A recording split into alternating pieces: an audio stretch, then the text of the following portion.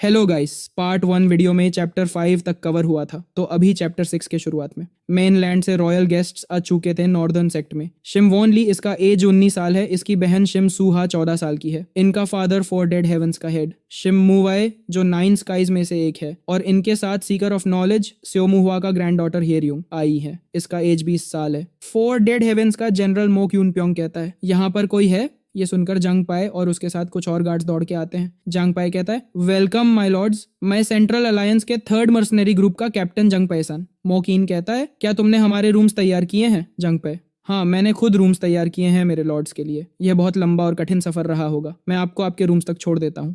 फिर वो आगे जाने लगते हैं। कुछ देर जाने के बाद हेरियुंग कहती है, यह सचमुच काफी दुर्भाग्यपूर्ण है, एक समय काफी सम्मानित नॉर्दर्न सेक्ट अब खंडहर हो गया है। तभी वनली कहता है, ऐसे ही ये दुनिया चलती है, अगर आप अपना ताकत खो देते हैं आप सरवाइव नहीं कर पाएंगे। इसका एक बेस्ट एग्जांपल है hunting dogs. Hunting dogs Hunt करने के बाद उनका कोई पर्पस नहीं रहता। तभी वहां से युनहा और जिन्मू भी जाने लगते हैं। युनहा पीछे कह रही होती है, हम हमेशा मीट ही क्यों खाते हैं, क्या तुम्हारे पास कुछ और खाने को नहीं है? तभी जिन्मू और युनहा उनके सामने आ जाते हैं। ये देख के जंग पे और वाइस कैप्टन चौंक जाते हैं। हेरियुंग कहती है, ये शायद नॉर्दर्न सेक्ट का वारिस मास्टर जिन होगा। वनली कहता है, ओ अच्छा। वनली की बहन कहती है, वो अफवाहें सच निकली, ये तो अभी भी जिंदा है। दूसरी तरफ युनहा सोच रही होती है, यहाँ पर बहुत सारे अजनबी लोग हैं, इनमें से किसी को भी मैं डिटेक्ट नहीं कर पाई, मेरे सेंसेस बहुत डल होते जा रहे हैं। तभी वोनली कहता है, मैं कह सकता हूँ, तुम नॉर्थर्न सेक्ट की वारिस हो। मेरा नाम शिम वोनली है। मेरे राइट साइड में मेरी बहन शिम सूहा है, और मेरी लेफ्ट साइड में लेडी हायरियुंग जो सियोमुन फैमिली की ग्रैंड डॉटर है। जिन्मू भी कहता है, मेरा नाम जिन्मू वॉन है,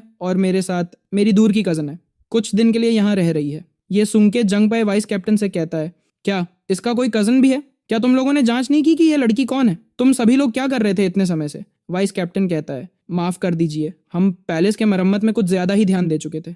जांग पे कहता है, छोड़ो उसे, कल सुबह तक पता लगाओ कौन है ये लड़की। वहीं वोनली कहता है, अच्छा क्या तुम जानते हो हम कौन हैं जिन्मू? जिन्मू कहता है, हान, मैंने सुना है तुम्हारे बारे में, तुम्हारा नाम पूरी मुरिम में छाया हुआ है। वोनली कहता है, ओहो, यहाँ तक कि ये टट्टी जैसी, मुझे माफ कर देना, मेरा कहने का मतलब था, यहाँ तक कि इतने दूर नॉर्थ ने हमारा नाम सुना हुआ है, तो हम ये फॉर्मेलिटीज को छोड़ सकते हैं, हम बाद में कुछ और बातें करेंगे।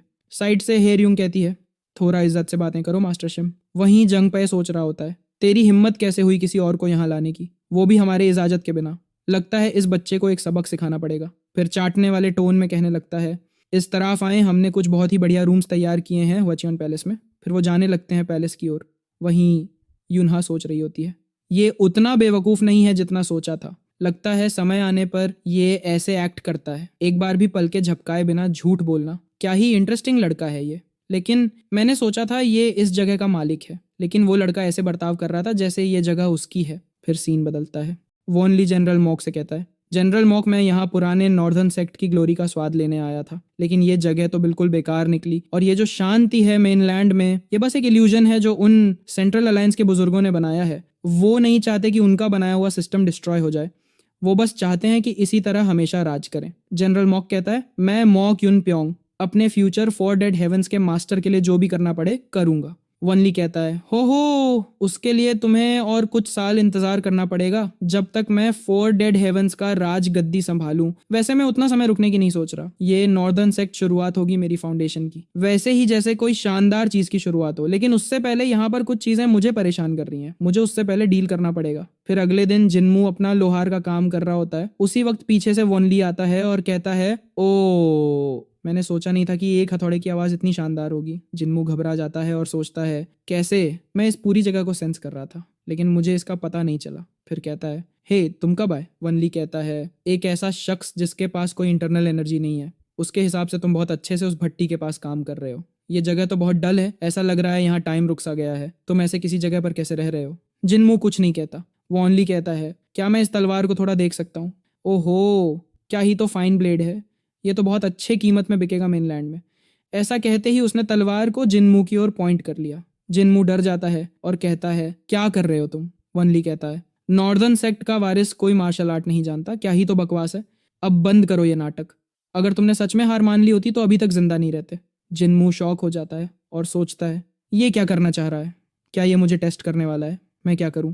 अगर मैंने इससे फाइट की तो सिचुएशन और भी ज्यादा बुरा हो जाएगा, और वैसे भी ये 9 स्काइज में से एक का बेटा है, मैं अभी अपना स्ट्रेंथ नहीं दिखा सकता। सब कुछ मीनिंगलेस हो जाएगा अगर मैंने इससे फाइट की। मुझे समझ नहीं आ रहा मुझे क्या करना चाहिए। वॉन ली जिन्मू के और तेजी से बढ़ रहा था और अटैक करते हुए कहता है, अगर तुम्हें जिंदा रहना है तो दिखाओ तुम क्या कर सकते हो। जिन्मू उसके किलिंग इंटेंट को महसूस करता है और सोचने लगता है ये तो बिल्कुल भी मजाक नहीं कर रहा, ये सच में मुझे मार देगा। जिन्मू गुस्से में अपना पावर रिलीज करने लगता है और अपना पंच बनाता है। वन ली भी उसका पावर फील कर पाता है और हाँ, यहाँ पर ही चैप्टर 6 एंड होता है। अगर आपको ये वीडियो पसंद आया तो प्लीज़ एक लाइक कर दीजिए और चैनल को सब्सक्राइब कर दीजिए ताकि नेक्स्ट वीडियो जब भी अपलोड हो उसका नोटिफिकेशन आपको पहुंच जाए। पीस।